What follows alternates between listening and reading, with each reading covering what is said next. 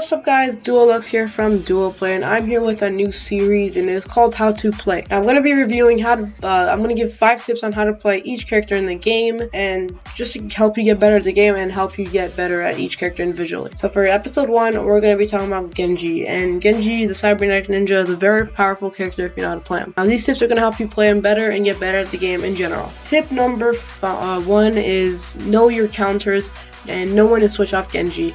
So like if there's a Winston and Reinhardt on Genji, you could switch off, and if you really want to play Genji, like I've seen Seagull counter Winston and Reinhardt and Symmetras all by himself, and especially Symmetra and Winston, you just have to keep your range like away from them where they can't shoot you but you can shoot them, because Winston has a really close range like to shoot you, and so does Symmetra, but she did get a little buffed and it's a little bit farther, but still keep your range, and you can reflect Reinhardt's fire strike, so that's not a huge problem. But if he doesn't have his fire strike up, he's just going to try to hammer you down and shield all your shurikens, so you're just going to have to go to work, get away from him, use your swift strike to get away from him, or if he's really low, just swift strike him and finish him off. Tip number 2 is ability management.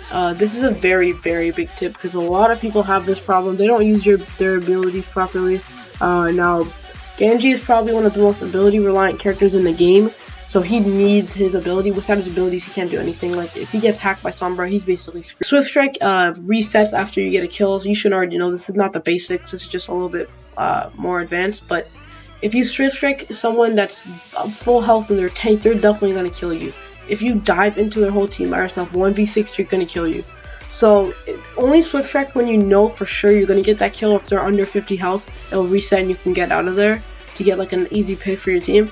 Or you can, like, if you know, like if there's a full health McCree but he's by himself and you know you're definitely gonna get the kill, swift strike in there, give him some damage. There's a little, yeah, that's the tip number 2. Know when to use your abilities, and also your reflect is really good. It can deflect a lot of abilities and ultimates, so it is very good. So know when to use it and stop trying to predict every second. If there's a soldier and he's unloading into you and you know he's gonna stop as soon as you put up your reflect, then don't. Or if you catch a Bastion off guard, don't just reflect when he's not even seeing you. You need to reflect when he sees you and he's just about to start shooting, so you can reflect and kill him. Number 3 is how to play the 2 Genjis. I don't really know what to call this tip. I'll figure it out when I'm editing, but there's 2 tips. Basically in this one, there's like 2 different types of Genjis you can play. There's the backline Genji that's always behind enemy lines, and the one that's with the team. So the one with the team that's always behind the team, just giving damage with the shurikens, giving damage to the team who kill the other team easier. And the backline Genji is the one always behind enemy lines, getting easy picks for the team to make it a 5v6 or like a 4v6. And if you are playing backline Genji, this is a very risky move.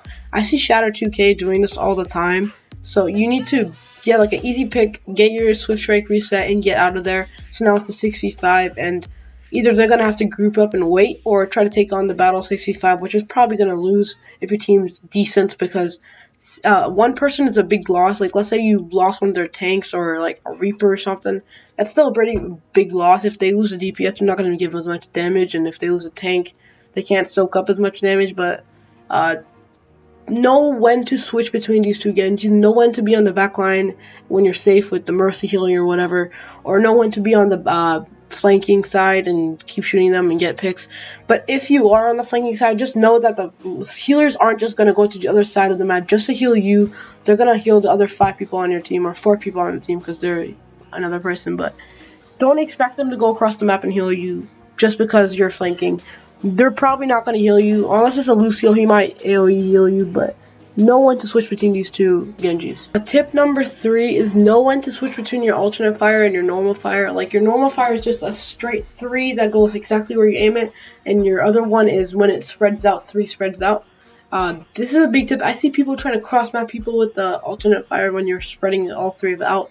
That is not a good move. If you are very close range, if they're like Reaper range with you, like right beside, you can start to 3 fire because it's faster and it gives more damage if all 3 hit them. But if you're trying to do all 3 direct, it takes longer to shoot another one than normal. So I would just use the split up 3 shurikens when you're close range, or like when you know you can't get them. Like if it's a Pharah flying all over the place and you can't get them with your normal shurikens, at least try with the normal shurikens. If you can't, just try doing your alternate fire, and you might actually get them. So at close range, alternate fire. At farther range, use your normal direct fire, where it gives more damage if you actually hit like someone far away, because Genji gives the same damage at any range. Like if he's far away, he gives the same damage as he would if he's close range. But don't try to cross match someone with your split 3. I don't know what it's called, guys. I know it's really cringy for you guys because I don't know what it's called. So yeah. So the last tip is learn to do Genji combos. There's different Genji combos you can do.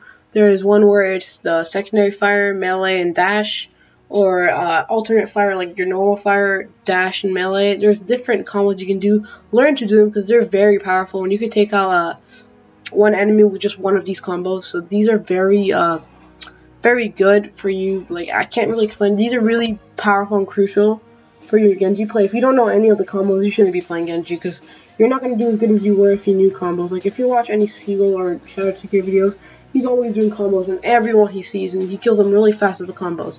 So, combos are very, very crucial with Genji. He has a lot because he's very mobile, and just a little add-on, because I'm only trying to do 5 tips, is make sure that you're using your mobility. Like, I've seen Genjis that don't even wall climb or jump around.